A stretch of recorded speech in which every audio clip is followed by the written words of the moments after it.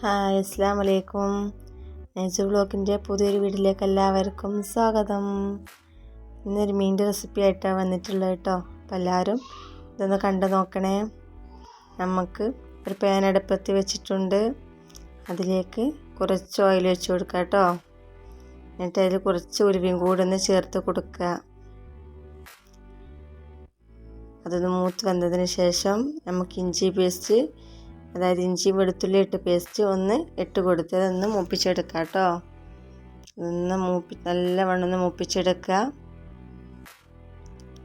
അങ്ങനെ നമ്മളെ ഇഞ്ചിയൊക്കെ മൂത്ത് വന്നിട്ടുണ്ട്.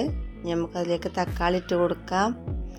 അങ്ങനെ തക്കാളിയൊക്കെ ഇട്ട് കൊടുത്തു നല്ലവണ്ണം ഇളക്കി കൊടുക്കുക കേട്ടോ. നല്ലവണ്ണം ഒന്ന് മിക്സാക്കി കൊടുക്കുക. നമ്മളെ തക്കാളിയൊക്കെ നല്ലൊന്ന് വെന്ത് വരണം കേട്ടോ. നന്നായിട്ടൊന്ന് വേവിച്ചെടുക്കണേ. ഇതിലേക്ക് കുറച്ച് കറിവേപ്പും കൂടി ഇട്ട് കൊടുത്തിട്ടുണ്ട്. നന്നായി ഒന്ന് ഇളക്കി കൊടുക്കാം. അങ്ങനെ ഇതിലേക്ക് പച്ചമുളക് ഇടാൻ മറന്നു പോയിട്ടോ. നമുക്ക് 2 പച്ചമുളക് കൂടി ഇട്ട് കൊടുക്കാം. സവാള ഒന്നും ഇടുന്നില്ല കേട്ടോ. സവാള ഒന്നും ഇടാതെ ഉള്ളൊരു കറിയാണ് ഉണ്ടാക്കുന്നത്. അപ്പോൾ സവാള ഒന്നും ഇടാതെ നമ്മൾ ഇഞ്ചിയും വെളുത്തുള്ളി പേസ്റ്റും അതേപോലെ തക്കാളിയും മസാലപ്പൊടി ഇട്ട് മാത്രം കൊണ്ടുള്ളൊരു വീഡിയോ ആണ്. അങ്ങനെ മീൻ കറി ഉണ്ടാക്കാണ് കേട്ടോ. അപ്പം ഇതൊക്കെ നന്നായി വെന്തിട്ടുണ്ട്. ഇനി നമുക്ക് ഇതിലേക്ക് പൊടികളൊക്കെ ചേർത്ത് കൊടുക്കാം. അപ്പം പെരുംജീരകം 1/2 സ്പൂൺ ചേർത്ത് കൊടുത്തിട്ടുണ്ട്. ഇനി നമുക്ക് മല്ലിപ്പൊടി ചേർത്ത് കൊടുക്കാം. മല്ലിപ്പൊടി 2 ടീസ്പൂൺ ചേർത്ത് കൊടുത്തിട്ടുണ്ട്. ഇനി ഒരു 1/4 ടീസ്പൂൺ മഞ്ഞൾപ്പൊടി കൂടി നമുക്ക് ഇതിലേക്ക് ചേർത്ത് കൊടുക്കാം.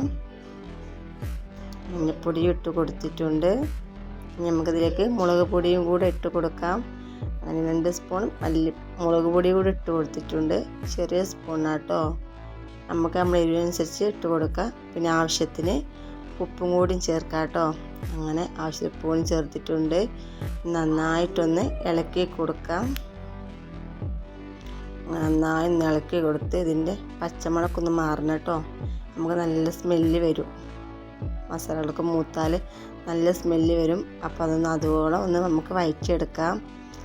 ആ വഴന്നതിന് ശേഷം പച്ചമുളകൊക്കെ മാറിയ ശേഷം നമുക്കിതിലേക്ക് പുളിവെള്ളം ഒഴിച്ച് കൊടുക്കാം. നല്ലവണ്ണം മൂത്തതിന് ശേഷമാണ് പുളിവെള്ളം ഒഴിക്കേണ്ടത് കേട്ടോ. അങ്ങനെ പുളിവെള്ളമൊക്കെ ഒഴിച്ച് കൊടുത്തിട്ടുണ്ട്. നന്നായിട്ടൊന്ന് മിക്സാക്കുക. നമുക്ക് ആവശ്യത്തിന് എത്രയാണ് വെള്ളം വേണ്ടത് അതൊക്കെ ഒന്ന് ഒഴിച്ച് കൊടുക്കണം കേട്ടോ. ഞാൻ കുറച്ച് വെള്ളമൊക്കെ ഒന്ന് ഒഴിക്കട്ടെ കേട്ടോ. അപ്പം അങ്ങനെ നമ്മൾ പുളിവെള്ളമൊക്കെ ഒഴിച്ച് കുറച്ച് വെള്ളം കൂടിയൊക്കെ ഒന്ന് ഒഴിച്ച് കൊടുത്തിട്ടുണ്ട്. ആവശ്യത്തിന് വെള്ളം ഒഴിക്കുക കേട്ടോ. അപ്പം എനിക്ക് കുറച്ച് കറി മതി, കുറേ കറിയൊന്നും വേണ്ട. അപ്പം ഇച്ചിരി കൂടി വെള്ളം ഒന്ന് ഒഴിച്ച് കൊടുക്കുന്നുണ്ട്. അങ്ങനെ കുറച്ചും കൂടി വെള്ളം ഒന്ന് ഒഴിച്ച് കൊടുത്തിട്ടുണ്ട്. ഇതൊക്കെ നന്നായി ഒന്ന് തിളച്ച് വരണം കേട്ടോ. അങ്ങനെ തിളച്ചു. അതിന് ശേഷം നമുക്ക് ബത്തൽ മീൻ ഇട്ട് കൊടുക്കാം. നിങ്ങളുടെ നാട്ടിലൊക്കെ എന്താ അതിന് പറയുക? ഞങ്ങൾ ബത്തൽ മീൻ എന്നാണ് പറയാം കേട്ടോ.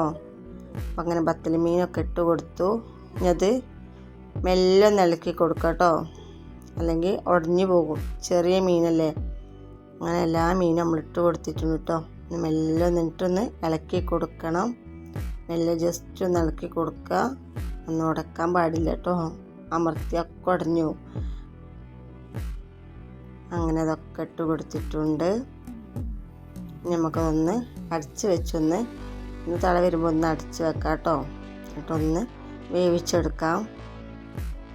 ഇപ്പോൾ ഇതേ തള വന്നുകൊണ്ടൊക്കെയുണ്ട് കേട്ടോ. ചെറുതായി തള വന്നുകൊണ്ടൊക്കെയുണ്ട്. അപ്പം നമുക്കിതൊന്ന് അടച്ച് കൊടുക്കാം. ഇനി അതൊന്ന് വെന്ത് വരട്ടെ. നമുക്ക് തുറന്ന് നോക്കിയാലോ. ഇത് നന്നായി തിളച്ചിട്ടുണ്ട് കേട്ടോ. അപ്പം നമ്മൾ ഉപ്പ് നോക്കണ്ട. അപ്പം എനിക്ക് ഇച്ചിരി ഉപ്പ് കുറവാണ്. അപ്പം ഞാൻ കുറച്ച് ഉപ്പ് കൂടി ഇട്ട് കൊടുത്തിട്ടുണ്ട്. എന്നിട്ട് ഒന്നുകൂടി ഒന്ന് വേവിച്ചെടുക്കാം. അതിന് ശേഷം നമ്മൾ തുറക്കുമ്പോൾ നമ്മളെ കറിയൊക്കെ ഒന്ന് റെഡി ആയിട്ടുണ്ട്. ഞങ്ങൾ ചാനൽ സബ്സ്ക്രൈബ് ചെയ്യുക, സപ്പോർട്ട് ചെയ്യണേ.